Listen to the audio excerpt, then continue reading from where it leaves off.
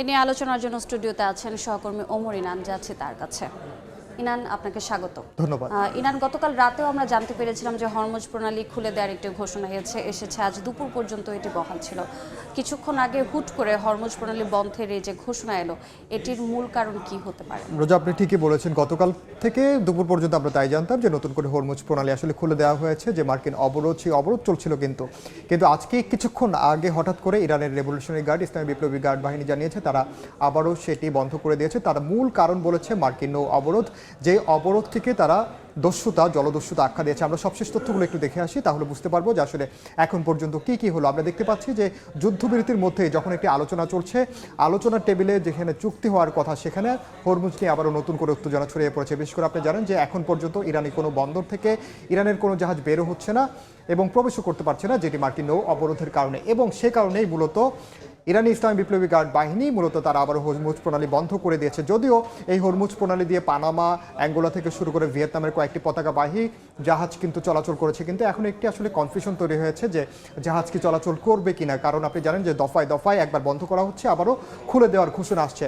আর মার্কিন president Donald Trump যেটি বলেছেন, চুক্তি না হওয়া পর্যন্ত, একেবারে শতভাগ তাদের ট্রানজ্যাকশন না হওয়া পর্যন্ত এই মার্কিন নৌ অবরোধ বহাল থাকবে। আবার তিনি আরও একটি কথা বলছেন যে আগামী বুধবার পর্যন্ত তিনি সময়সীমা বেঁধে দিয়েছেন। আপনি জানেন যে এর আগে প্রথমবার যখন ইসলামাবাদে যুক্তরাষ্ট্র এবং ইরানের প্রতিনিধিরা আলোচনায় বসেন, তখন কিন্তু কোনো ধরনের সমঝোতা হয়নি। মার্কিন ভাইস প্রেসিডেন্ট জেডি ভ্যান্স তিনি সেখানে নেতৃত্ব দিয়েছিলেন, আর ইরানের পক্ষে ছিলেন ইরানের পার্লামেন্টের স্পিকার। আমরা দেখতে পাচ্ছি যে তিনি বলেছেন, ট্রাম্প বলেছেন বুধবারের মধ্যে একটি চুক্তিতে ইরানকে আসতেই হবে, এ না হলে তিনি আবারও হামলা শুরুর একটি আভাস দিয়েছেন। আরও কিছু তথ্য আছে, আমরা যদি সেগুলো দেখি তাহলে দেখতে পাবো যে এই যে অবরোধগুলো চলছে, অবরোধের মাঝে ইরানও কিন্তু তাদের পাল্টা হুঁশিয়ারি দেওয়া অব্যাহত রেখেছে। পাকিস্তানের সেনাপ্রধান, আপনি জানেন যে 3 দিন ইরানে অবস্থান করেছেন, সেখানে তিনি ইরানের পার্লামেন্টের স্পিকার থেকে শুরু করে পররাষ্ট্রমন্ত্রী সবার সঙ্গে দেখা করেছেন, কথা বলেছেন। মূলত পাকিস্তানের যে মধ্যস্থতাকারী যে ভূমিকা, সেই ভূমিকা তিনি পালন করছেন এবং তিনি জানিয়েছেন যে কয়েকদিনের মধ্যে ইসলামাবাদে আবারও একটি শান্ত আলোচনা হতে পারে। আপনি জানেন যে এর আগে যখন শান্তি আলোচনা হয়েছিল, সেখানেও কিন্তু এই পাকিস্তানের সেনাপ্রধান এবং পাকিস্তানের প্রধানমন্ত্রী একটি গুরুত্বপূর্ণ ভূমিকা পালন করেছেন। এবং দিনক্ষণের কথা যদি বলি, যে আগামী সোমবার আমরা জানতে পারছি যে এখন পর্যন্ত সেই শান্তি আলোচনা আবারও হওয়ার সম্ভাবনা রয়েছে। যদিও মার্কিন প্রেসিডেন্ট ডোনাল্ড ট্রাম্প বলছেন তিনি একটি চুক্তির জন্য মুখিয়ে আছেন। এবং হরমুজের নিরাপত্তায় বহুজাতিক জোট গঠন পরিকল্পনা করেছে যুক্তরাজ্য ও ফ্রান্স। আপনি জানেন যে ফ্রান্স এবং যুক্তরাজ্য এরই মধ্যে কিন্তু যুক্তরাষ্ট্রের যে পরিকল্পনা মার্কিন নৌ অবরোধ, সেই নৌ অবরোধে তারা সায় দেয়নি। তারা বিপরীতে বলছে হরমুজ প্রণালী কিভাবে উন্মুক্ত রাখা যায়, হরমুজ প্রণালীর যে স্বাভাবিক নৌযান চলাচল, বাণিজ্যিক জাহাজের চলাচল, সেটি তারা নিশ্চিত করতে চায়।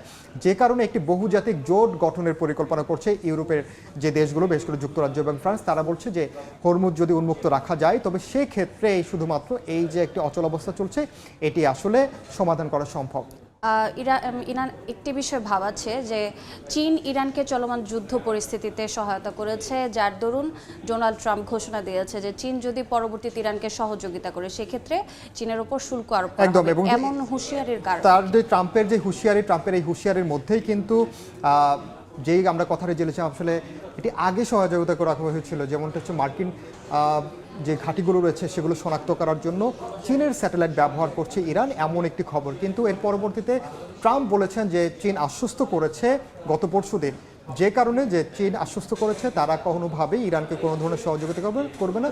যে কারণে আসলে এখন পর্যন্ত দুই দেশের মধ্যে সম্পর্ক এখন পর্যন্ত শীতল বলা যায়, কারণ চীনের পক্ষ থেকে কিন্তু আশ্বস্ত করা হয়েছে তারা এই ধরনের কোনো সহযোগিতা করছে না। আর যদি লেবাননের কথা বলি, লেবানন কিন্তু এখন পর্যন্ত আপনি জানেন যে 10 দিনের নতুন করে যুদ্ধবিরতি শুরু হয়েছে, কিন্তু এখন পর্যন্ত মানবিক যে বিপর্যয় সেটি কাটেনি। সেটি নিয়ে আমাদের কিছু তথ্য আছে। আমরা যদি দেখি যে লেবানন পরিস্থিতি কি, প্রথম দিকে যখন ইরান এবং যুক্তরাষ্ট্রের মধ্যে যখন যুদ্ধবিরতি হয়, লেবানন কিন্তু এই যুদ্ধবিরতি চুক্তির বাইরে ছিল এবং পরবর্তীতে ওয়াশিংটনে আমরা দেখেছি যুক্তরাষ্ট্রর মধ্যস্থতায় ইসরায়েল এবং ইরানের প্রতিনিধিরা, বিশেষ করে সরকারি দলের প্রতিনিধিরা সেখানে বৈঠক করে এবং 10 দিনের একটি যুদ্ধবিরতির কথা বলেছেন মার্কিন প্রেসিডেন্ট ডোনাল্ড ট্রাম্প। তিনি দাবি করেছেন তার নির্দেশেই ইরান আর কোনো ধরনের বোমা হামলা করবে না, এমন একটি নির্দেশনা তিনি দিয়েছেন।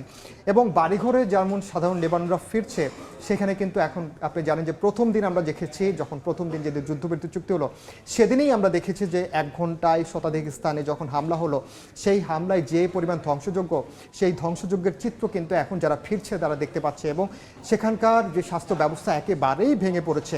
এবং এই যে স্বাস্থ্য অবকাঠামোর যে ক্ষয়ক্ষতি হলো, এটি আসলে ঘুরে দাঁড়াতে অনেক বেশি সময় লাগবে। আপনি জানেন যে মানবিক যে বিপর্যয়, সেটি গাজায় যে পরিস্থিতি হয়েছে গত কয়েক বছরে, এই কয়েক দিনেই কিন্তু লেবাননে একেবারে আসলে ভঙ্গুর অবস্থা করে দেওয়া হয়েছে লেবানন পরিস্থিতি, যে কারণে লেবাননে এখন স্থিতিশীলতা খুবই জরুরি। এবং লেবাননের প্রেসিডেন্ট তিনিও কিন্তু হুঁশিয়ারি দিয়েছেন যে লেবাননকে তিনি আর কোনোভাবে প্রক্সি যেসব নেটওয়ার্ক আছে ইরানের ছায়া যোদ্ধা যারা আছে তাদেরকে আর লেবাননকে যুদ্ধক্ষেত্র হিসেবে ব্যবহার করতে দেওয়া হবে না।